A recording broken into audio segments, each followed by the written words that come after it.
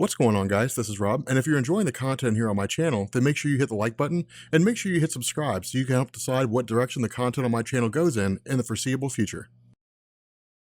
Okay, man, we are here, man. Let me tell you something, Rob Core, man. Let me tell you something now. Infinite Crisis. Superboy Prime, man. Man, let me tell you. When Superboy Prime fights everyone, dude, it is. Dude, that's why I titled this Superboy Prime versus everyone, because that's exactly what it is. And he wrecks everyone. It's the coolest thing. It's like the coolest thing ever. I understand. Is this what I've been missing? Is this what I've been missing with DC Comics? Like, let's get into this. All right, because I'm getting hyped up as it is. All right, before we start this, what I want to do is I want to flesh out the multiversal concept in the realm of DC Comics. So here's the deal. All right, those of you guys who are familiar with this, bear with me for a second, but even now it still kind of baffles people a little bit. All right, in the history of DC Comics, there's been two multiverses. I mean, Grant Morrison does his own thing, but we're going to leave Grant Morrison out of this equation. There's been two different iterations of the multiverse. The first one is the one that was destroyed with Crisis on Infinite Earths. The second one is the one that comes back because of this story, Infinite Crisis. So this actually makes a new multiverse, new histories, different things like that. But the fact remains here that we don't need to go into a great big huge explanation about Crisis on Infinite Earths. We know about that story. I've done a video on it. We have the origin of Superboy Prime that kind of helps us to tie into it a little bit. But what ended up happening here is that essentially the multiverse collapsed. It was the end of all things with regards to the DC universe. And what came after that was one singular universe. So everything that happened in DC Comics between the end of Crisis on Infinite Earths in 1985 and right now in the beginning of this story has all taken place in one singular universe called New Earth. That's where that whole phrase comes from. Now, with regards to the characters that we're going to see here, Superboy Prime, Earth 2 Superman, Earth 2 Lois Lane, Earth 3 Alexander Luthor, we don't really have to worry about like Earth 3 and different things like that. All we have to know is that during the events of Crisis on Infinite Earths, when the multiverse was collapsing, because of the fact that all these different universes were impacted, the superheroes just ran around grabbing who they could, when they could, and then brought them into the fold to fight against the Anti-Monitor. The result was that because DC wanted to basically revamp the Superman mythos and return Superman to being the sole survivor of Krypton with no other versions of himself out there, what they did is they said, okay, at the end of Crisis on Infinite Earths, Superman from Earth 2, which is basically the 1930s, 1940s Superman, Lois Lane from Earth 2 from that same point in time, 1930s, 1940s, and Alexander Luthor, who's basically the son of Lex Luthor from Earth 3, who was a good guy, they're going to be shunted off to the Paradise Dimension. Now, DC's intention with Crisis on Infinite Earths was to never use them again. It was to basically write them out of the story, and the Paradise Dimension was effectively heaven. That's really what it was. It was their own little realm, their own little place. It was heaven, and they were never going to be seen or heard from again. Now, cue the post-crisis landscape. Because of stories like the death of Gwen Stacy in 1971, comic books were moving towards this trend of becoming darker. In the 1980s, I think it was 1986 or 1987, something like that, we ended up getting Batman, The Dark Knight Returns. We got Batman, The Killing Joke, and between those stories, comic books began to become darker and more realistic and more of a reflection of the cynical nature of the real world. Now, with regards to this story, what Geoff Johns is doing is basically issuing a meta commentary, but there are a handful of things that led up to this, because it wasn't like Infinite Crisis just dropped out of nowhere. Like, there were things that were going on that were leading up to this. In JLA, Justice League of America number 118, 119, and 120, what ended up happening is the Justice League was going against various forces that seemed to just kind of be there. They were just, random individuals for the Justice League to fight. But in the middle of all that, Martian Manhunter was just suddenly kidnapped, and the entire Justice League Watchtower was completely obliterated. Now, what we also have is the OMAC project, that story where we talked about Batman's whole OMAC thing and all those different robots and so on and so forth that were just kind of activating throughout the world with the intention of annihilating metahumans. All these things began to converge into the start of Infinite Crisis. Now, there's a handful of other things too, but we'll cross that bridge when we get to it. We're going to go ahead and jump directly into this. So of course, this comes as fallout of the destruction of the Justice League Watchtower, but also the revelation from the rest of the Justice League that Batman had created the OMAC project. And because of that, the OMAC project was basically hijacked by Maxwell Lord. Its entire purpose was corrupted, and it became an evil entity. And so the result is that trust in the Justice League is almost completely obliterated. Keep in mind, we also saw Wonder Woman kill Maxwell Lord. And so because of the fact that Maxwell Lord was killed, what this does, or at least what this did, is it resulted in in the entire superhero community and the world basically going at odds with one another. Humanity looked at superheroes as dangerous people now. Superheroes, the Justice League, couldn't trust each other, and so because of this, what it does is it switches over to Connor Kent. Now, Connor Kent, as he exists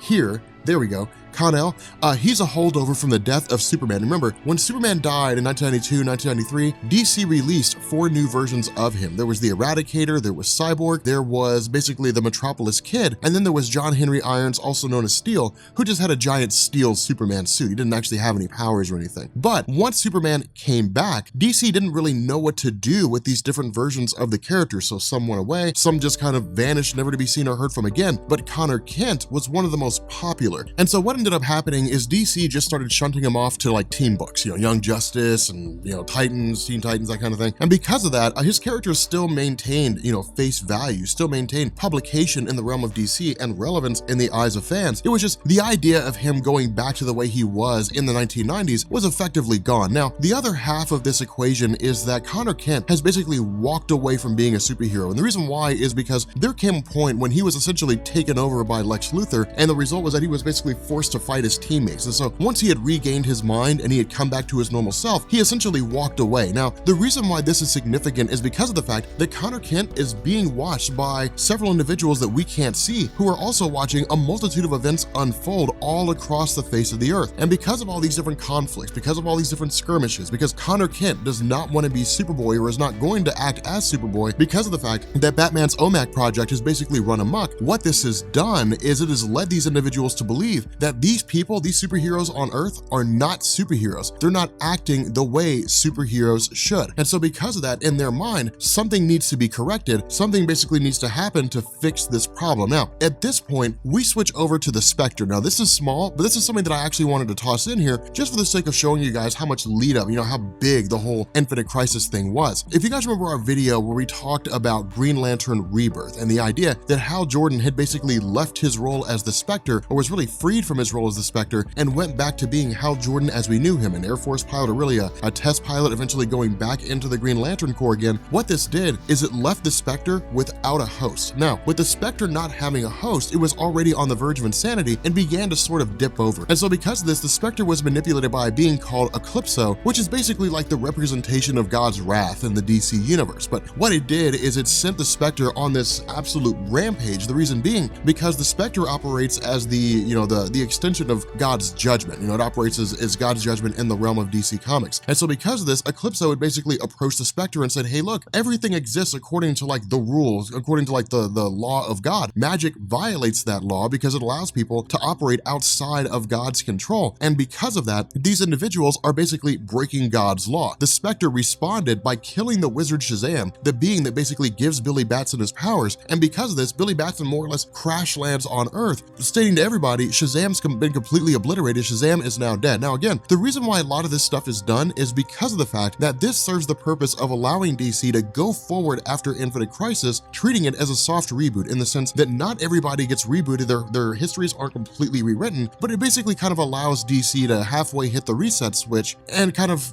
offer some new information or basically change people's histories a little bit, especially with the return of the multiverse. And so switching back over to the Justice League Watchtower, again, this is pretty small. It's not the most important thing in the world, but it's basically just the arrival of Mongol. Now again, this is Mongol's son. And so because of this, Mongol's more or less just kind of relishing in the idea that the Justice League has been defeated more or less, that they have no trust in one another. Because remember, Mongol's one of the most formidable foes of the Justice League in general, and alongside Cyborg Superman, had eradicated Coast City, which set Hal Jordan on the path of declaring himself as Parallax and becoming a bad guy during the events of 0 Hour Crisis in Time. And so because of this, again, it's really just kind of a reminder of how dark things are, simply due to the fact that in the midst of this conflict, Wonder Woman goes to kill Mongol. Now, one of the things you may notice here is that this comic, this story, as it starts, is very dark. It's a very, very dark story. It's designed to be that way. Geoff Johns wrote this explicitly. And the reason why is because of the fact that it's no secret Geoff Johns harkens for an age when comic books were a lot more lighthearted, especially with what we're seeing right now with like the Superman comics and DC Rebirth. Geoff Johns is really more of a fan of like the Silver Age of comics, the 1950s, 1960s, going into the 1970s when the Bronze Age started. The idea for Geoff Johns was to basically say there was a time when superheroes were very lighthearted, when superhero stories were fun, when they were upbeat, when they lifted you up instead of making you feel like you've been pulled down. And what Geoff Johns is basically doing with this, by virtue of talking through Superboy Prime, Earth 2 Superman, so on and so forth, is he's basically saying, because of the fact that comics have become a little more realistic, because of the fact that comics are a little more visceral and a little more real, the magic has essentially been lost. There is no, wow, Superman is someone to look up to. Now it's Superman is dark,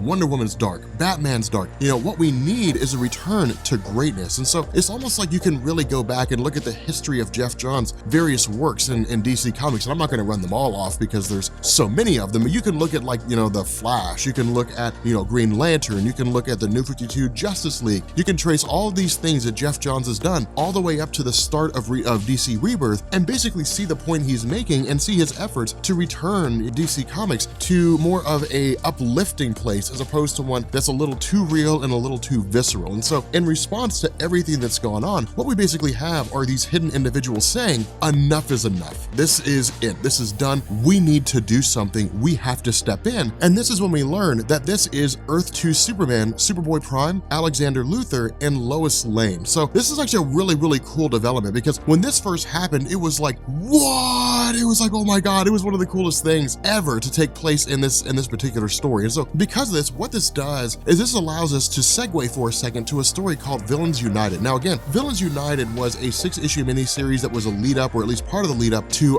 Infinite Crisis. But like a lot of the lead ups, it wasn't necessarily the story itself was intrinsic. It was what came out of the story that was important. And that's one of the reasons why I kind of skipped over it. I mean, if there was something in the story that was significant, that was wildly important, then I would say, okay, we'll go through the whole thing. But we can really just kind of point to the story itself and highlight the finer points as opposed to run through the entire thing. Now, with regards to this, with regards to Villains United, what this was basically Lex Luthor reforming the Secret Six. Now, I mean, there was like the Secret Society of Supervillains and so on and so forth, but the Secret Six was more of like an inner circle of that particular organization. But it was Lex Luthor leading the group and basically bringing all these villains together for the purpose of attacking the superheroes. And so what was going on in the lead up to Infinite Crisis is you had the OMAC project, these robots running around trying to annihilate heroes and villains. And then you had the Secret Six trying to annihilate superheroes. And so because of this, in the middle of this fight, we end up having Power Girl, who's basically met by the arrival of Earth 2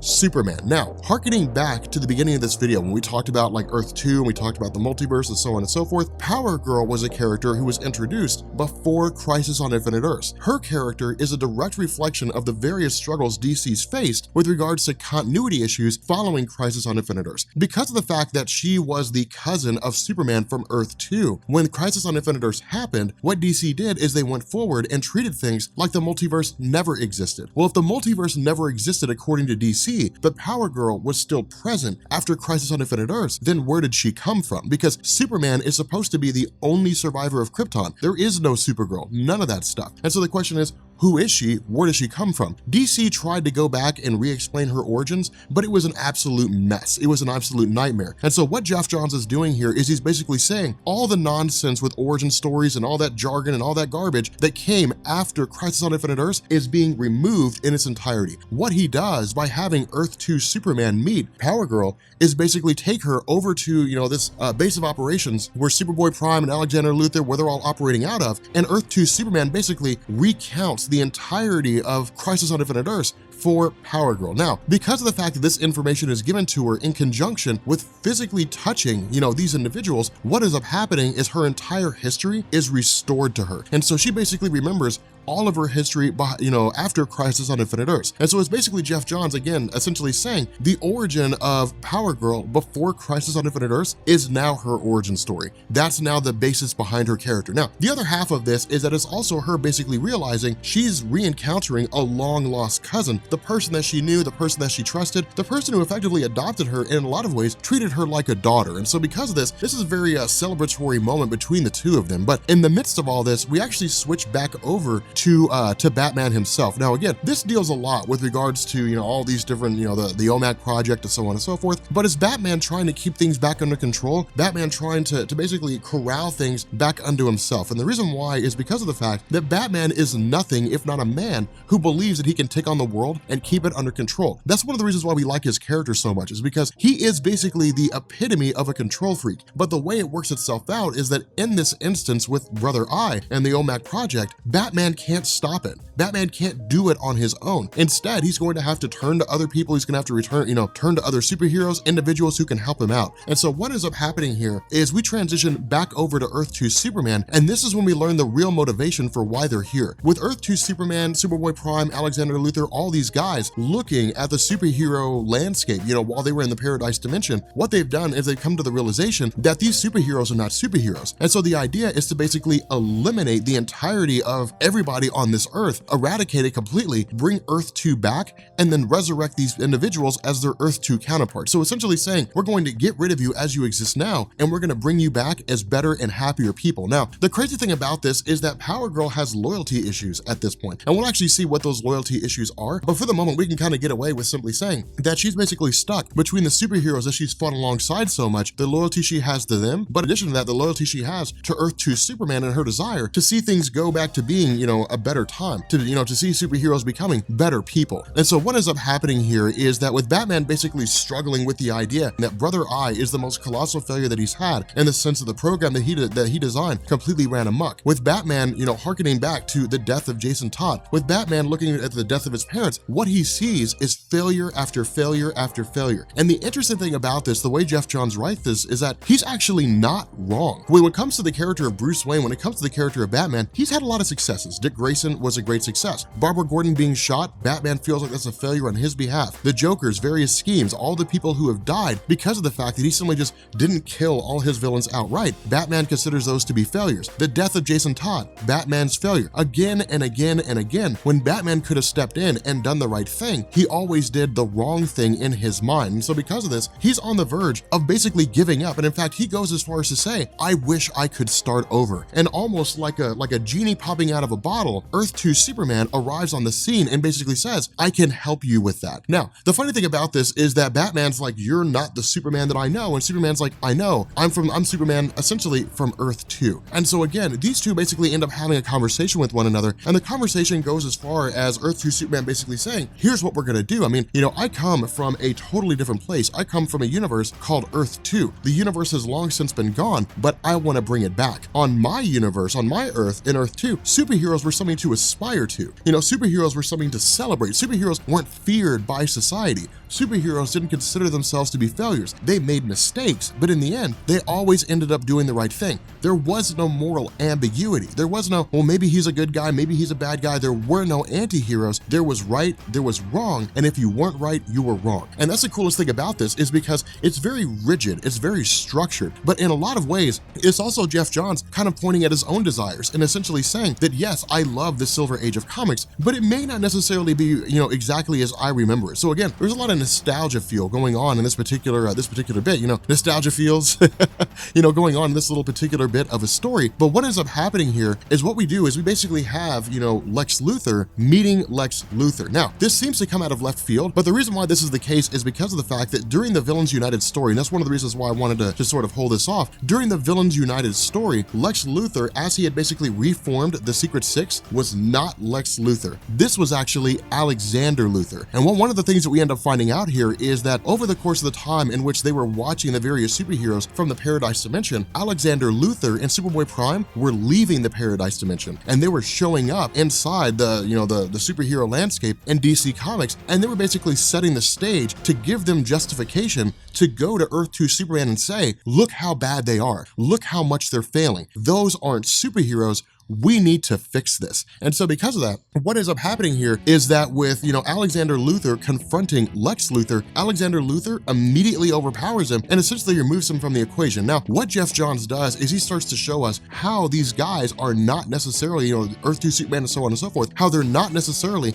the great and magical superheroes that we remember. And this is why I say Geoff Johns is kind of pointing at his own case of nostalgia. He's kind of pointing at his own case and saying, just because we remember things a certain way doesn't mean they are that that way. And so with Earth 2 Superman basically approaching Bruce Wayne, he's like, look man, change is coming. Either this change can be easy or this change can be painful, but change is coming. It's better to be on the devil's right hand than in his path. And so because of this, Superman, Earth 2 Superman basically says, look, this is gonna happen. We're going to eliminate you and we're gonna replace you with something better. Make it easy on yourself. Now, of course, Batman's response is to use kryptonite, and this is when Geoff Johns steps in and basically sets the stage for how Superboy Prime is going to wreck the world. What ends up happening here is Earth 2 Superman tells Batman, that's kryptonite that Earth 1 Superman gave you, but it doesn't work on me because it's not the kryptonite from my universe. So this is really interesting. This is really cool. For those of you guys who are following Hickman's Avengers and New Avengers, this basically works in the exact same fashion as the Infinity Gauntlet. The Infinity Gauntlet can only be used in the universe that the Infinity Stones come from. Kryptonite can only work on, the same universe as a Superman that it comes from. So Earth 1 kryptonite works on Earth 1 Superman. Earth 2 kryptonite works on Earth 2 Superman. Earth 1 kryptonite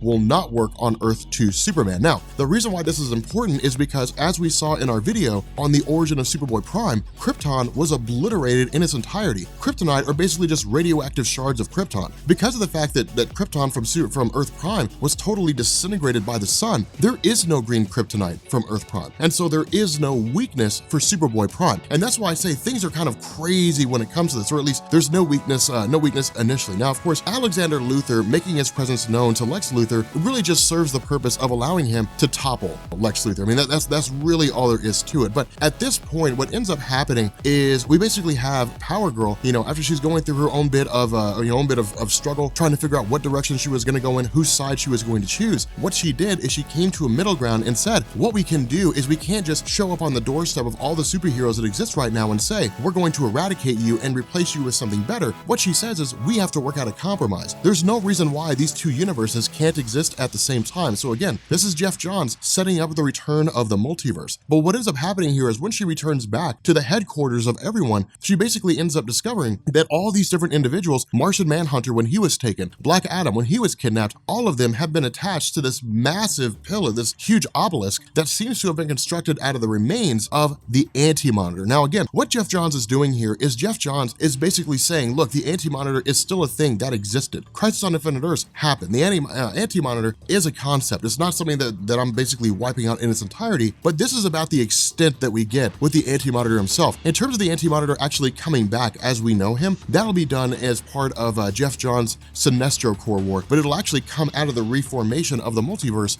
from Infinite Crisis. But what we end up doing here is we end up finding out that with Alexander Luthor and Superboy Prime being the true individuals behind the destruction, or I guess really, all this damage and all these evil deeds, of course, what's basically happened is they have effectively become bad guys. Now, what this does is it begs the question, are they really bad guys or are they good guys? The funny thing about this is that their actions are given to us by virtue of what we see around them. We see them kidnapping heroes. We see them, hooking them up to giant obelisks. We see them with the intention of bringing the multiverse back, but wiping out all the different heroes and so on and so forth. But it also, it's like this, like a hypothetical scenario. If I came to you and I brought you over to the side of a lake and I said, in 5 minutes, this guy who's fishing right now is going to be killed by a man who comes up behind him and slits his throat. 5 minutes later, exactly what I predicted would happen. Somebody comes up behind the fisherman, slices his throat, and that's the end of him. Now, on the surface, it's, well, that guy killed the fisherman. He's an evil man. But what if I told you the reason why he slit that fisherman's throat is because that murderer is trying to feed his family and he's doing it the only way he knows how because he doesn't know how to fish. Sure, the question could be asked, why didn't he ask the fisherman to teach him how to fish? But he was thinking in the moment, he was doing what he thought was right. And that's why I say things are kind of interesting. But then it also brings into play the idea of results. It brings into play the idea of motivation. Sure, what they want to do is the right thing,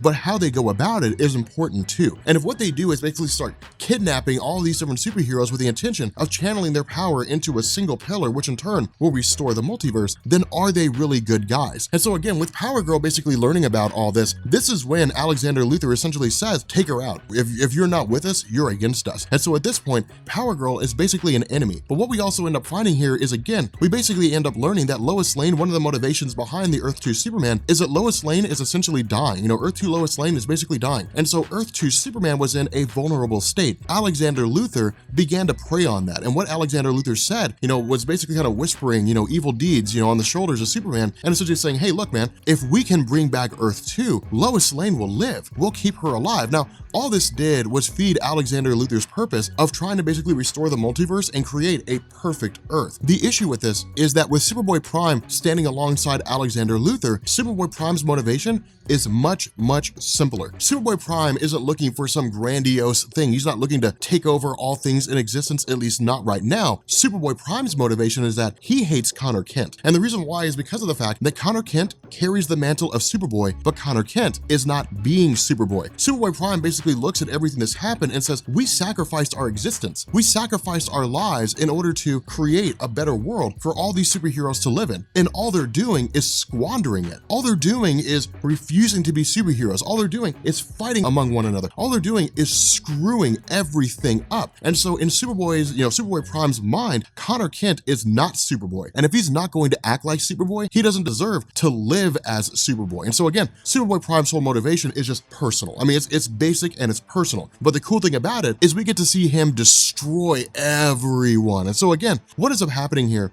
is that with Lois Lane, Earth 2 Lois Lane, continuing to succumb to her various, her illness, what ends up happening is, of course, Earth 2 Superman arrives on the scene. Alexander Luthor says, hey, look, man, just chill here. Chill here, hang out with her, everything will be fine. The other half of this is that with Power Girl having been subdued, the dog is let off his leash. Superboy Prime says, look, let me go find Connor Kent. Let me deal with Connor Kent. Alexander Luthor says, okay. Now, up until this point, it's been standard Comics Explained. Ladies and gentlemen of the Rob Corps, things are about to pop off. All right, so the cool thing here, God, I've been waiting for this. I had to explain everything in order to make it make sense. I've been waiting for this moment right now. Superboy Prime rolls up on Connor Kent's home. And the crazy thing about this is Connor Kent doesn't know who he is. Superboy Prime's, when Connor Kent's like, who are you? Superboy Prime's response is, I'm the Superboy the world needs. I'm the Superboy the world deserves. You are not Superboy. Now, of course, the funny thing, the funniest thing about this is Connor Kent tries to hold his own, right? Like Connor Kent's just like, man, I don't know who this guy is, but I'm gonna take him out. Connor Kent starts punching back, so on and so forth. Superboy Prime's response is, man, you better come strong. Dude, he wrecks Connor Kent, absolutely crushes him. And that's the craziest thing about this is because it's just Superboy Prime in unbridled rage. It's just the wrath of Superboy Prime. That's all this is. Now, of course, with the fact that Connor Kent's been damaged and the fact that he's engaged in this massive conflict and he's essentially losing, he sends out an SOS to the Titans. Now, the funny thing about this is like Cassie Sandsmark, like Wonder Girl, all right? Cassie Sandsmark shows up. Hey guys, I brought the Titans and the Teen Titans and the JSA. Let's get them. Superboy Prime's like, I don't give a damn. Dude, Superboy Prime wrecks them all. Dude, that's the coolest thing about this. He's ripping off arms, he's ripping off legs. He's like, come feel me. It's the coolest thing that I've ever seen. And that's why I love this so much, is because it is Superboy Prime losing his mind. And that's why so many people love his character. But the other half of this is Geoff Johns writes him so well. I mean, yeah, it's Superboy Prime vengeful, it's Superboy Prime lashing out, it's Superboy Prime wrecking everyone. But what he's doing the entire time is he's saying,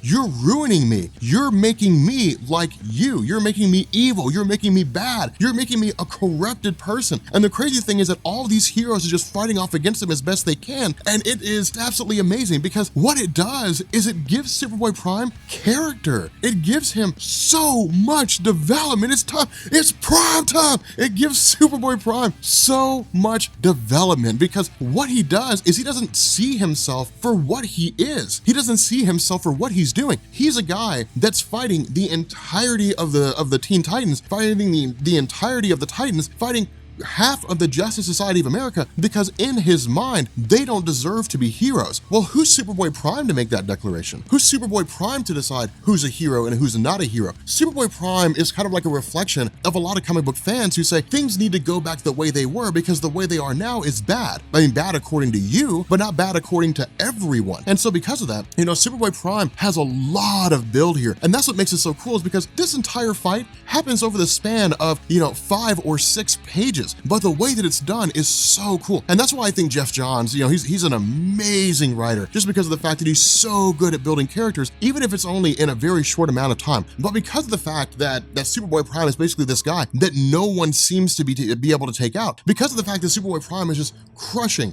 person after person after person, knocking them down like dominoes. What ends up happening here, and this is man, fanboy. One of the coolest things here is that Jay Garrick, Wally West, and Bart Allen try to race him into the Speed Force. Now, this is crazy because you got to think, there are all kinds of beings that Superboy Prime has fought. And of course, that's one of the reasons why Geoff Johns really seemed to choose him, was because of the fact that basically Superboy Prime is Silver Age Superman. It's 1950s Superman. The Superman who is pulling a chain of planets out of a dying solar system. It's the Superman who sneezed and destroyed a solar system. You know, it's that version of Superman. Initially, Superboy Prime had no weaknesses when he was first introduced into DC Comics. None. He wasn't weak to red sun, to red solar radiation. Kryptonite didn't exist. He wasn't weak to magic. He had no weaknesses whatsoever. And Geoff Johns plays on this. He says, look, he's faster than every version of Superman. He's stronger than every version of Superman. You know, he's more capable than all the other superheroes that he's fighting against. He's literally a one-man army.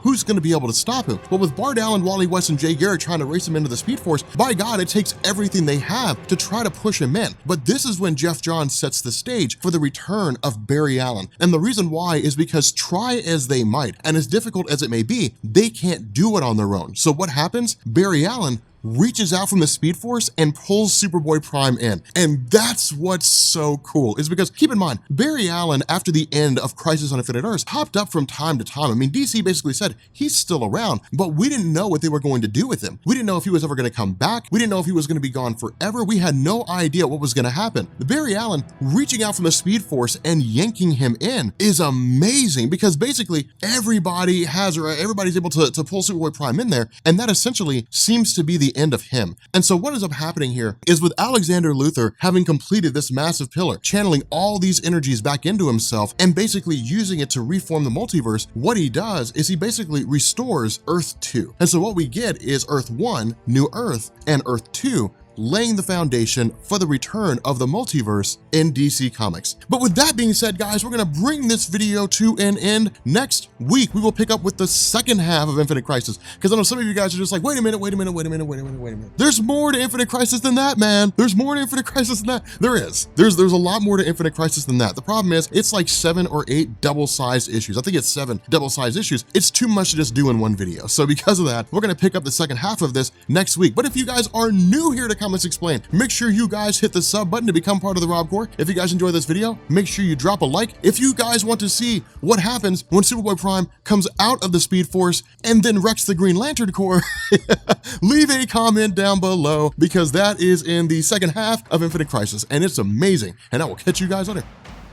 Peace.